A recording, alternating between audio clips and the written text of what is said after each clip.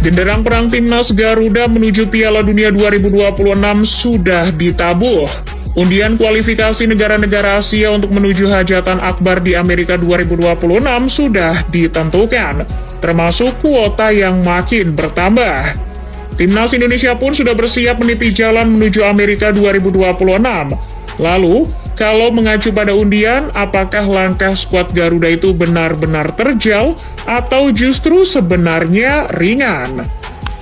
Konfederasi Sepak Bola Asia pada Kamis 27 Juli 2023 baru saja melaksanakan drawing kualifikasi Piala Dunia 2026 zona Asia di Kuala Lumpur, Malaysia. Hasilnya, sebanyak 36 negara Asia dibagi menjadi 9 grup. Masing-masing grup diisi oleh 4 tim, di mana 3 tim sudah resmi bergabung di grup. Mereka berasal dari pot 1, 2, dan 3. Sedangkan satunya lagi ditentukan dari laga babak pertama yang diikuti oleh rombongan negara yang berada di pot 4, termasuk Timnas Garuda. Skema kualifikasi zona Asia ini nantinya akan berjenjang dan cukup panjang. Dari 9 grup itu masing-masing akan diambil 2 teratas. Jadi total akan ada 18 tim yang akan melaju ke babak berikutnya, yakni babak ketiga. Di babak ketiga akan dibagi lagi menjadi 3 grup yang masing-masing grup berisi 6 tim. Dan dari masing-masing grup itu akan diambil 2 teratas yang akan berhak otomatis lolos ke Piala Dunia 2026. Sedangkan peringkat 3 dan 4 akan masuk ke babak keempat. Di babak keempat akan dibagi lagi menjadi 2 grup yang berisikan masing-masing 3 tim. Dan hanya juara grup saja nantinya yang akan lolos ke Piala Dunia. Namun jangan khawatir, bagi runner-up di masing-masing grup itu masih berhak kok mendapat kesempatan lagi, yakni di babak kelima. Nah, di babak kelima nanti runner-up tadi akan diadu. Tetapi pemenang dari babak kelima tersebut tidak langsung lolos, melainkan harus terlebih dahulu menghadapi tim lain dari zona CONMEBOL lewat pertandingan playoff. Skema kualifikasi tersebut disesuaikan dengan jatah Asia yang kabarnya ditambah untuk Piala Dunia 2026. Semua benua kuning hanya mendapat jatah 4 negara plus 1 lewat jalur playoff. Tapi kelak akan ditambah menjadi 8 negara plus 1 lewat playoff. Jadi yang otomatis lolos dari wakil Asia ada 8 negara. Ya, hal itu terkait dengan adanya perubahan jumlah peserta Piala Dunia 2026 nanti yang akan berjumlah 48 negara. Artinya, kesempatan bagi negara-negara yang selama ini belum beruntung lolos ke Piala Dunia makin terbuka lebar. Termasuk mimpi di siang bolong masyarakat Indonesia. Iya, Timnas Garuda harusnya tambah lebih semangat dengan bertambahnya jatah dari zona Asia ini. Meski berada di pot 4, paling tidak kita optimis dulu lah. Ditambah mujurnya kita di fase undian. Perjalanan skuad Timnas asuhan Coach Shin menuju Piala Dunia akan diawali dengan berduel dengan Brunei Darussalam. Laga itu akan berlangsung 2 leg di tanggal 12 dan 17 Oktober 2023. Di atas kertas, peluangnya lolos terbuka lebar. Apalagi kita unggul dari Brunei. Pertemuan terakhirnya saja di Piala AFF 2022 lalu, Timnas menang besar 7-0. Setelah menggasak Brunei, nantinya Timnas sudah ditunggu di grup F di ronde kedua. Grup yang berisikan tim macam Irak, Vietnam, dan Filipina. Timnas Indonesia setidaknya harus bersyukur dengan hasil undian ini. Grup yang mirip di Piala Asia ini dikatakan cenderung sepadan.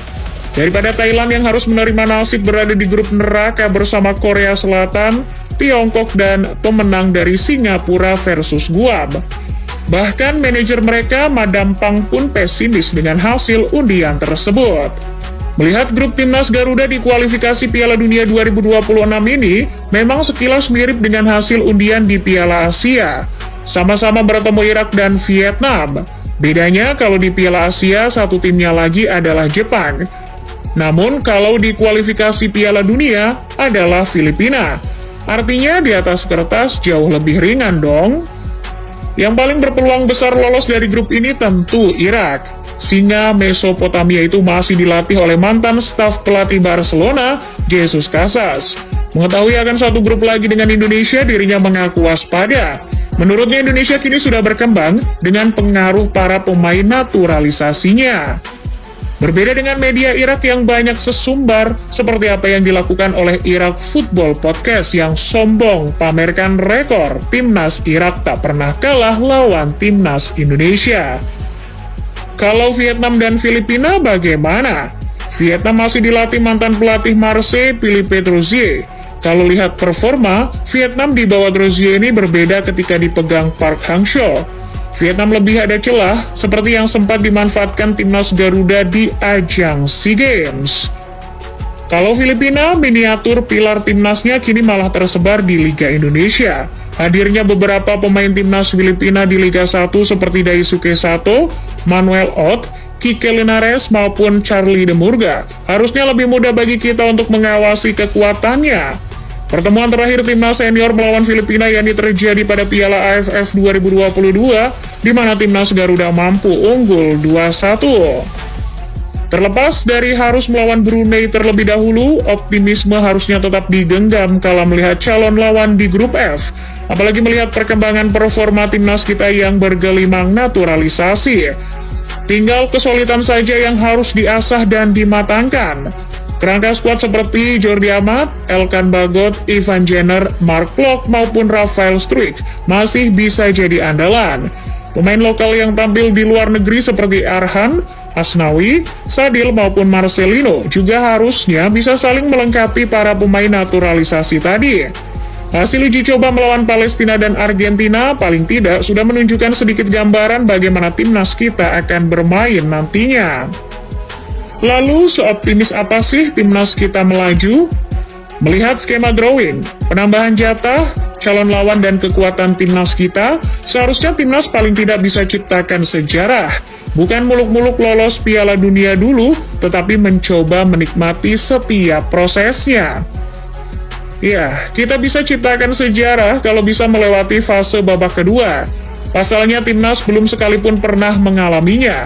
Apalagi kalau bisa menempati peringkat kedua teratas di grup F ini, Indonesia akan otomatis dapat tiket langsung Piala Asia edisi berikutnya tanpa kualifikasi. Dengan melihat lawan seperti Irak, Vietnam, dan Filipina, menjadi runner-up grup setidaknya adalah hal yang paling realistis bagi timnas. Dengan begitu, timnas akan berada di babak ketiga yang terdiri dari 3 grup yang berisi 6 negara. Tak usah muluk-muluk mengincar posisi 2 teratas di babak ketiga, yang notabene akan langsung lolos ke Piala Dunia. Mengincar posisi 3 dan 4 saja sudah realistis bagi timnas kita untuk bernafas lagi di babak keempat. Lalu setelah itu baru berpikir lagi untuk bisa terus bertahan, meski hingga babak playoff sekalipun.